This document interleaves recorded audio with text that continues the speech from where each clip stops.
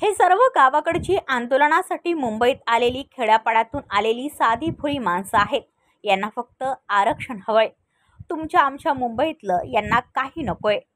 त्यांना मुंबईला त्रास द्यायचा नाहीये, पण गावाकडची माणसं आहेत ते लोक 24 तास काम करत असतात।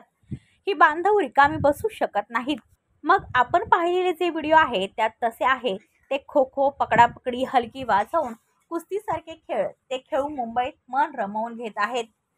मुंबईकरांना झालाच थोडाफार त्रास तर आपणही एवढे लक्षात घेऊया की हीच लोक, गावाकडची लोक, आपल्याला दूध व भाजीपाला व फळे पोहोचवण्यास रात्री 12 वाजेपर्यंत जागे असतात। आपली मुंबईकरांची जबाबदारी आहे यांना समजून घेण्याची। गावाकडची रांगडी माणसं आहेत ही। राहिला प्रश्न ती शर्टलेस फिरतात त्याचा, तर आपण मुंबईकर AC मध्ये राहतो। आपल्या सर्वांना मुंबईच्या ह्युमिडिटीची सवय आहे, पण ही गावाकडची लोक निसर्गाच्या सानिध्यात राहिलेली आहेत। ती मोकळी हवा, ती मोकळी जागा, त्यामुळे त्यांना मुंबईची गरमी सहन होत नाही, म्हणून ते शर्टलेस फिरत होती।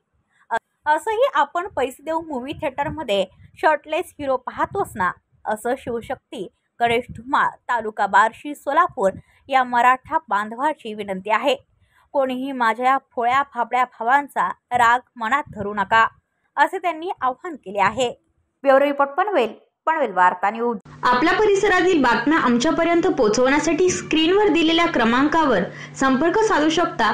दूरध्वनी क्रमांक 8652414343।